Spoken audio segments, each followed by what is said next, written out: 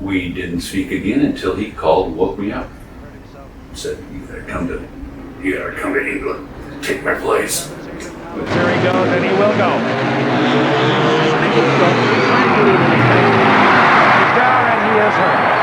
Oh my God. Yep. Gary, this is evil. Yeah, right. This is really. It took a while to convince me it was him. And he said, I need you to come here and work with my kids, get them in the deal, and take over my show for me and stuff. And I'll come up and wait and things. I'm like, oh, okay. I think the best thing that I can do now is continue with a show, maybe an Evel Knievel show, and put together a group of the best stuntmen in the world. For the remaining, 12 sessions or something. Yeah, I don't know what it was supposed to be. It didn't work out. And he sent me this letter. Oh, you did? He sent me that letter, loosely outlining our deal. But he says, I know you're a stunt guy now, and I know you're going to have to walk away from work, so I will guarantee you $30,000.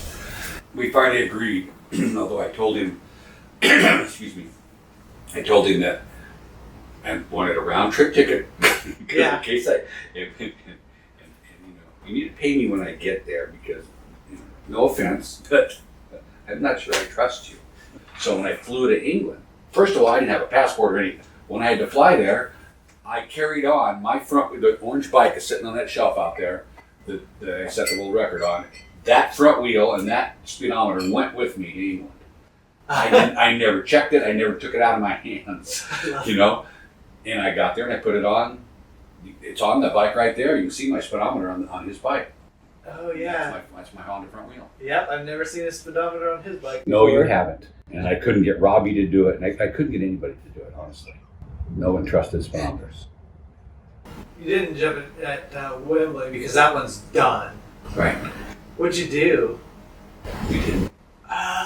We practiced, and I got his boys to start wheeling, which Robbie did much better than Kelly. Kelly didn't even want to be in the show. His dad was ordering him to.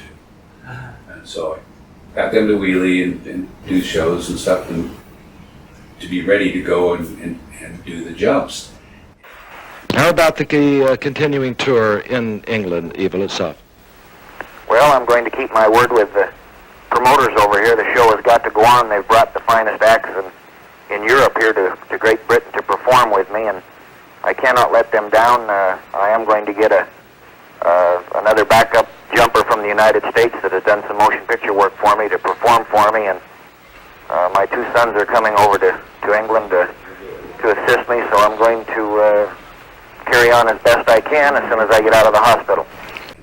One by one, they kept getting canceled because he wasn't going to jump. He said, but I'm going to be there. He says, I'll be able to ride wheelies pretty soon and stuff. And he tried to work it, but it never happened. Yeah. Yeah, I can see how that would. Yeah.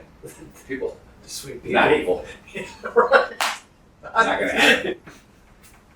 So we didn't. We ended up bringing all the stuff back, and I stayed in Montana for a few months. And after England, we moved back to Montana, and my deal was to get him in shape because he wanted to try and make one more jump, which we eventually did do at Kings Island. Oh yeah, right. I tried to teach him. I mean, there's a million motorcycle riders better than me, especially now, right? They're just tremendous people. But I'm not ignorant. I do have a degree in physics, and so my bikes are set up right. I know what speeds to go. I take him trail riding and stuff, and I get behind him and watch him ride, and he sat a motorcycle so poorly. It was mostly because he was pretty messed up already by then. Right? Yeah. Evil jumped in a lower gear than and I always jumped in as high gear as possible, so my engine wasn't working. It wasn't working hard. It was running, of course, but it wasn't wound way up. And so as soon as I leave the ramp, I roll the throttle off, push the bars away, and it levels the bike out.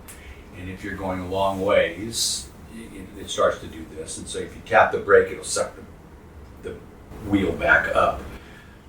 the motorcycle is really revolving around the crankshaft of the motorcycle. You know, what all happens back here, mechanically, it's still rolling around.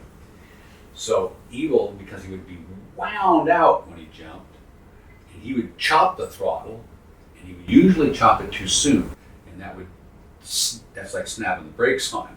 It would do this in the air, and often he would be spinning till then, and so he's already going like this. So he almost always jumped front wheel low and crossed up. And so part of his rehabilitation after the Wembley jump, I was trying to teach him those things. I said, when that happens, you know, turn the throttle on, bring it back up before you land, so you're landing with the front end up at least, and on power, even if you're not pointed perfect, and it probably will, because it wants to straighten itself out whenever the spin wheel. It'll pull you out of trouble. Believe me, he's the gutsiest guy I know, because I mean, he will open the throttle up and just hope and pray that he makes it. And he's not hesitating. He'll go.